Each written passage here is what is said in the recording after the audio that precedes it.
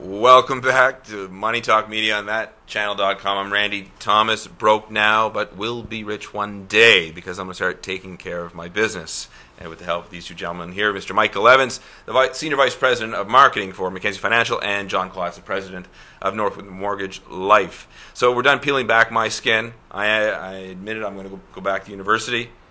I should say retirement university with Mackenzie Financial.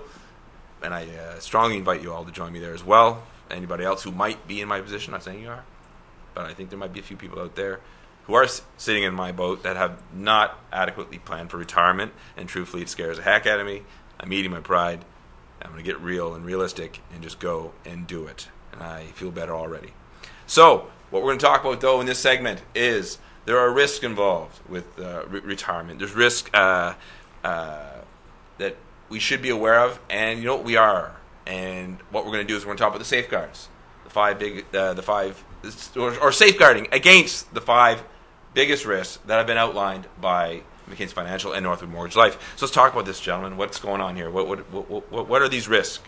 Randy, you're absolutely right. Even if you engage in a plan or a program and a process, there's some things that can derail your progress, right? So what do we want to watch for? What are the issues that we want to keep an eye on?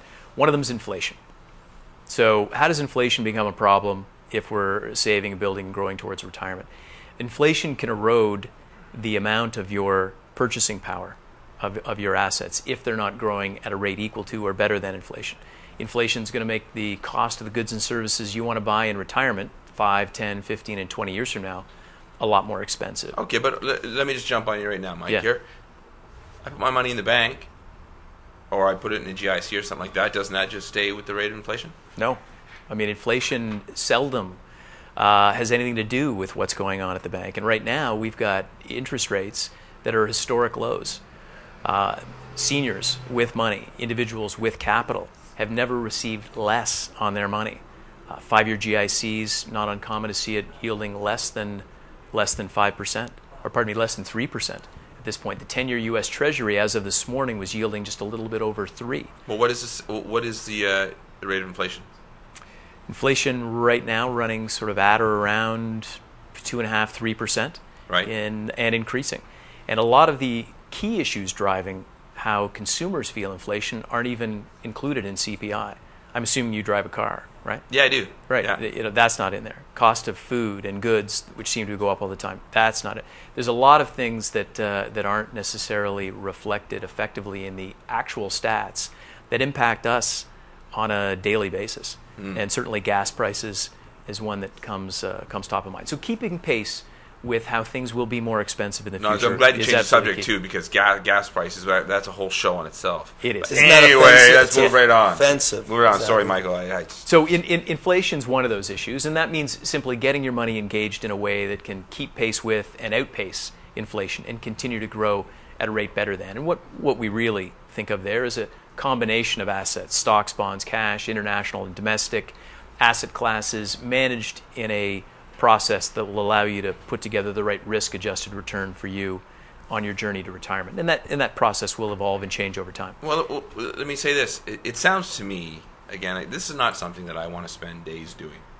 Right. Okay? I don't do my legal work. I don't do my accounting anymore. Thank God. You don't engage in home dentistry or anything like that? Well, yeah, I don't. Yeah, so I don't want to do this. So this really, again, goes back to that whole get the pros to do the work, and this sounds like to me that's way. Again, I'm university educated. Yeah. I'm not an idiot, but I don't know anything about this. So I don't mean to assume that the public doesn't know either. I'm just saying that chances are we don't know, or we don't even really want to know. So, which again goes back to why it's even more important for us to talk to you. Yeah, this, it's funny, and as an advisor who's involved with this, a lot of my clients feel very similar. It's not their bag. They're growing their businesses. They want to be involved in their businesses. This is something else. But it's important to take maybe an hour or two a year and collect all these information. That I can do, John. An hour or two for you. I know. I can tolerate you for an hour or 2 years. Yeah, that's more than give me credit for anyway. No, but at least you compartmentalize it, right? You don't want to think about this 24/7. What you want to do is create a strategy, hand it over to somebody else to manage it, And basically, just tell me how much money I need to give you a month. Exactly. And what does it cost every year, and what are the go forwards? So I think you're on the right track there. Okay, so Mike, tell us what are some other risks that we're dealing with? So we talked about inflation a little bit. The other big risk is the emotional one, and the one that most investors are least equipped to handle is the emotional gyrations of the market, the ups and downs. And we've just come through what was a pretty violent economic circumstance in 2008 with calamity economically around the world. Now, we in Canada managed to skirt some of the problems that the U.S. and Europe felt in the banking crisis and in the housing collapse in the U.S. market in particular. But it doesn't take away from the fact that it did have an emotional impact and a direct financial impact on the value of our markets and markets around the world. So the biggest challenge is engaging in a process that will withstand the ups and downs of the market, will allow you to succeed. And one of the best ways to defeat volatility is, as John would attest, dollar cost averaging, is putting money in systematically, doing it on a monthly basis, regardless of market circumstances. And those that engaged in that process throughout 2008 and early stages of 2009, when markets were experiencing their worst, reaped all the benefits as those markets subsequently recovered. So it's kind of like that movie, It's a Wonderful Life. Everybody was panicking and selling. Right. And what was Mr. Potter doing? Mr. Potter was buying. Right. Exactly. So you're saying anybody who stuck to their guns and just... Yep. We had a lot of discussions in 2008 with clients. That was a very you can't forget. I'm glad I wasn't there for those. Exactly. Well, actually, you missed some interesting times. But I mean, there were some major market drops, 42% on the TSX, and that means if you had 100,000, you're suddenly worth 58,000, and you're calling your advisor, going, "What's going on?" The key is, as Mike alluded to, emotion. Get emotion out of the. Don't do anything. Stay the course. And people who did stay the course, as Mike and I know, basically not only recovered, if they were investing at those low drops through dollar cost averaging, they're actually way ahead because the market. So really, so anybody who stuck in 2008, right now they're smiling a little bit more than. Yeah, if they managed to maintain their portfolio, odds are they're ahead of where they were in 2008. Okay, so don't panic. Yep. Stay the course, deal with professionals, and deal with the ups and downs.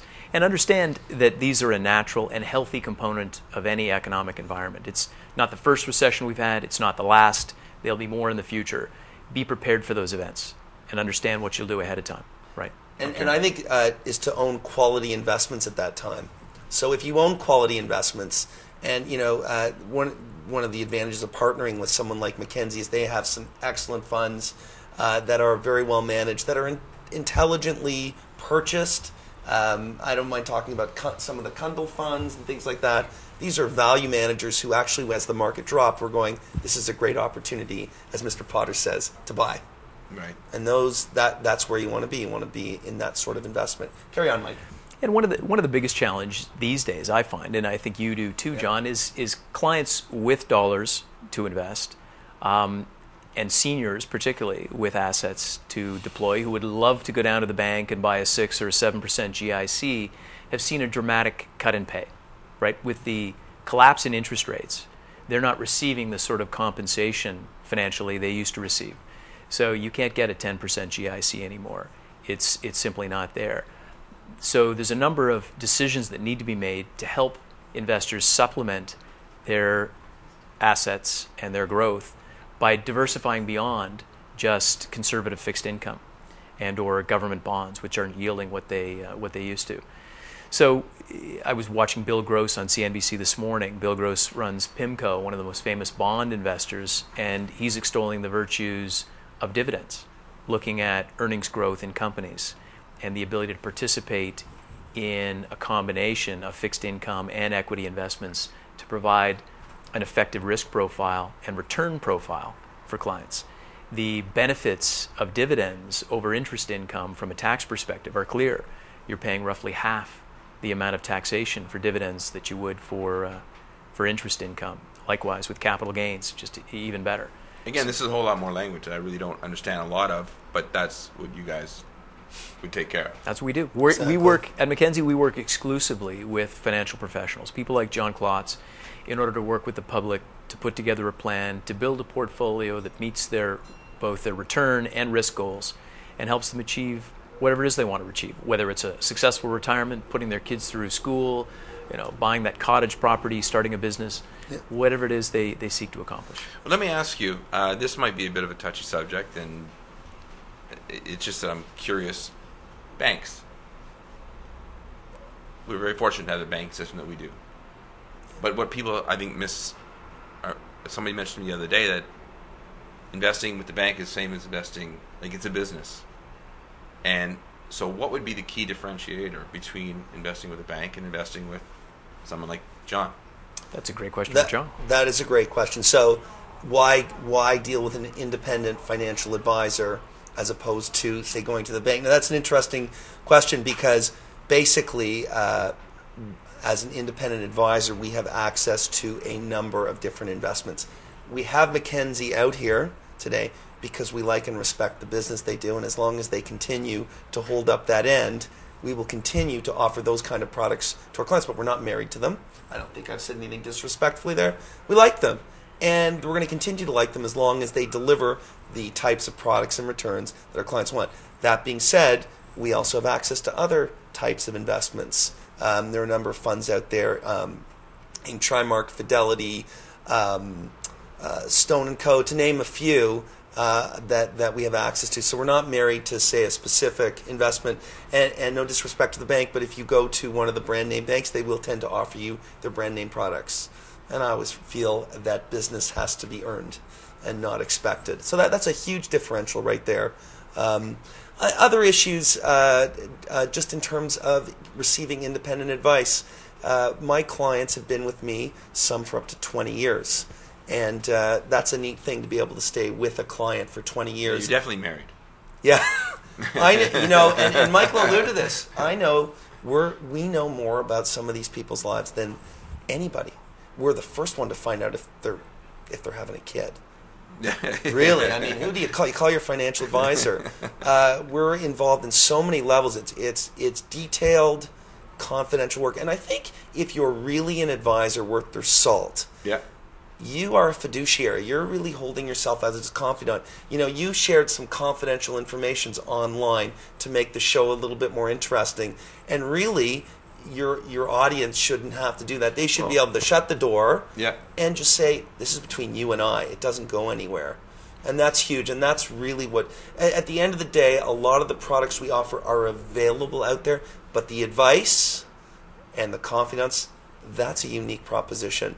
And that's truly what I value as an advisor. Wouldn't you say so, Mike, in terms of the advisors you're dealing with, that it's about a relationship and having access to the confidence and information? Absolutely. And on the subject of banks, they're wonderful organizations. In Canada, they did a great job during the financial downturn. They didn't get involved in a lot of the leverage nonsense that happened in the U.S. and Europe. And as a result, they didn't need a bailout by our government. The banks are wonderful organizations to own. And I would encourage, I would think in most Canadian portfolios, the banks would have a prominent position as a key earner of solid dividend income and solid growth profiles. We enjoy a wonderful little oligopoly. We've got a limited number of banks. There aren't thousands of them like there are in the U.S. It's not fragmented, and the companies all do extremely well. So you'd be wise to participate with the success of the Canadian banking sector. I would agree with that too. Like, absolutely. You mean investing in them, not necessarily investing through them. Right. What you should be doing, by the way, so your question is, are the banks a great place to invest? Absolutely. Absolutely. And Mike would agree. In terms of finding an advisor, that's a personal question. So there are some great advisors at the bank. I would say so, but there's also some great advisors out there who are independent. I think the best piece of advice you can have when finding an individual, a financial professional through which you want to collaborate, find someone you can communicate with. John's a great communicator. He takes time to understand the people he works with. There are terrific people at the banks that do the same thing. So I think you find someone you can trust, who takes an interest in your financial well-being, and you're doing a lot of things right. Excellent. Excellent, gentlemen. I want to thank you. I think that You answered most of my questions. Is there anything I missed? Is there, wait, I think Well, there's let's- another risk or two here that we should probably mention. Well, Yeah, carry on. let's make a little bit more. John and I always like to circle back to the economy and say, okay, where are we now? What do we like? Here we are in May 2011. That was my next question, as a matter of fact. Go ahead. And what's going on, and what should people be doing, and what risks are on the horizon, and what do we see? We've had a tremendous bounce back by the market. We've begun to see inflation creep in to the story a little bit. We've all seen it at the gas pump. I hadn't had a fill up for more than $100 in a very long time, and that's happening again. So we're seeing that, and no doubt those fuel prices find their way into the prices of just about everything, whether it's the clothes we wear or the food we eat. So, things are beginning to trickle through. Good economic news is beginning to happen finally. 2 weeks ago, we saw a great jobs number in the U.S. The economy down there is beginning to produce jobs. Returns on equity, the earnings for companies in the U.S. market and in Canada are solid and growing. Many are concerned that interest rates may start to go up, which could be bad news for bondholders. So people who own government bonds or investment-grade bonds might see a bit of a hit to capital if we begin to see interest rates edge up. So what have we been recommending? John and I and the folks at Mackenzie have been recommending conservative, balanced-oriented income equity in our portfolios. Funds like the Sentinel Strategic Income Fund, the Saxon Dividend Income products that are designed with combinations of income-oriented equity, and in the case of strategic income, high-yield corporate bonds to provide that yield. Right. Okay, so let me ask you, with regards to the United States and everything that they've been going through, I mean, that's devastation, basically. I don't think it's a far off. It's a bad word, or I should say an inappropriate word to say. They were devastated. Yeah. Now, it's an unfortunate truth. have we received all the repercussions we're going to get of that? Yeah, you're saying you're giving me an indication that there's still some things that are going to trickle in here. But Randy, I love what you said, because that's the typical attitude of the average Canadian. The Canadian story's been a good one. We've made terrific gains in the last decade here. The returns in the U.S. market have been flat, and really, what we're thinking now is that we'd like to see more foreign content. Canadians are universally Canadian-centric. We've got a predominance of Canadian content. We think some of the best value and opportunity for investment lies outside the Canadian market, and some of that in the U.S., some of that in Europe, and in emerging markets. So I think Canadians may want to look a little more globally. Our currency has gone from 62 cents to $1.04 right now. We may want to consider spending some of those expensive Canadian dollars in cheaper foreign climates and getting some great value for it. yeah, I'm hearing about, if you can buy a house in the States, do it. If you got money to buy American dollars, do it, because it's got to go back. People are saying is it going to go back? Is the Canadian dollar going to go back to about 70 or 80 cents American? Well, those are big questions that are grappled with by people far brighter than I am. I can't tell you that, but I can tell you, if you were ever thinking about buying a U.S. Retirement property in Florida, it's never been cheaper in Canadian dollar terms. You've seen almost a double in the currency from 62 to 104, and a halving in the price of the actual property in U.S. real estate terms. So from a value perspective, it looks pretty attractive. The same would hold true for U.S. equities. Okay. They produce 25% of the world's goods. They are the economic engine for the world. They are some of the smartest, brightest, most entrepreneurial individuals you will ever meet. If there's a problem, they will solve it. They have incredible companies that are not replicated anywhere else in the world. Do not underestimate the U.S. Great. They are phenomenal. You want a great fund? One you should own, Randy? Universal American Growth Fund, run by Phil Toller at Blue Water, one of our brightest. His fund is an absolute treasure trove of 29 individual stocks, all of which that have great balance sheets. And I'll say this, that fund, a U.S. equity fund, in 2008, where U.S. equities are off on average 45%, was down 0.6. Best performing fund in its category. So if you're worried about, if people are saying, oh, geez, I wouldn't want to buy a U.S. equity fund for fear 2008 might occur again. Yeah. Well, that fund had virtually no repercussions from that period. Fantastic. And Fantastic. continues to grow. If I can ask another question before we wrap it up, what with this whole housing crash that's going on, we hear rumors that up here. Is there? Maybe I'm maybe this is not an appropriate question, but is there any risk of that happening up here? Because we hear about it possibly happening here. Is it, or is that just crazy? John? Northwood Mortgage. It's a great question. I mean, what's going to happen with the housing in Canada? Could the same thing that occurred in Canada occur in the United States? I mean, one of the things that really saved us during that crisis was our banking. We're more conservative. We tend to be more conservative. Right now, interest rates are at an all-time low, so people are going out and they're purchasing houses. Is there an opportunity for the market to go down? Absolutely. Absolutely. But, I think we've got some key strengths in Canada. One is for instance, Toronto, where we live, there's a huge immigration coming in here. Toronto's a mecca for people coming from other countries. That's got to have some impact on the prices. Yeah, I heard there's 500 people a day moving to Toronto. Somebody, Bruce Bell from Historian, gave that stat today on the Liquid Lunch. 500 people a day come to Toronto. Yeah, wouldn't surprise me. I mean, it's basically, so that's got to have an impact on the prices of houses. I mean, we're undervalued relative to New York and other major cities. So there's certainly an opportunity for the markets to go up. But it's sort of one of those crystal ball questions, like, what could happen? Could there be a market correction? I mean, one of our founders, Alex Christ, I think in his wisdom, commonly referred, because the question of real estate has always been around. Is it going to go up? Is it going to go down? What's going to happen next? Alex would always say it's not the place you want to speculate. It's the place you want to live. You need a home, right? You need a home for you and your upcoming family. And you want a nice one, right? Buy it. Don't speculate. Buy something you can afford. Own it. And yes, the price will fluctuate both up and down.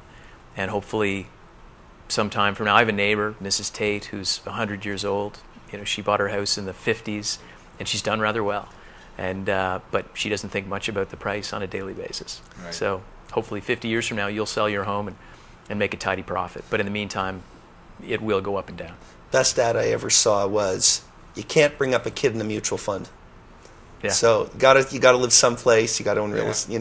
Fair enough. Good. That's fantastic, gentlemen. Thank you. And so, wrapping it up, we have. Retirement University, people should definitely be looking into. They should definitely be looking at building, again, at any age, sitting down with an advisor and doing something consistent. Because that seems to be, from what I gather, the one common thread through all this is consistency. Would I be wrong? Correct. Have a plan. Be consistent. Put it down on paper. Work with a trusted advisor. It's like physical fitness. It needs to be a habit and a process. It's not one thing, it's many things. And it's an ongoing series of decisions to do the right thing, right? Excellent. Well, there you have it. Hopefully I'll see you at Retirement University. I think it might be July 17th, but there'll be updates on the website to confirm that or not. Yep. Michael Evans, Senior Vice President of Marketing for Mackenzie Financial. Thank you so much. Randy, thanks for the great questions. Appreciate that. Hey, it's all I can do is, start her through and just talk from my heart. That's all. And John Klotz, President of Northwood Mortgage Northwood Mortgage Life. Thank you. We're going to be sitting down and we're going to talk. Brilliant. And, Thank you. We take care of things. Thank you all. If you have any questions, please go to either of these gentlemen's websites. That would be www.mackenziefinancial.com and northwoodmortgagelife.com. Terrific. And they'll be able to answer any questions you have or any thing you'd like to talk, but I'm sure that they'd be happy to get back to you. I want to thank you very much for joining us on this special edition of Money Talks Media on thatchannel.com. Take care, everybody. Have a great... What's your tagline, John? Have a tax-efficient day. There we go. Have a tax-efficient day.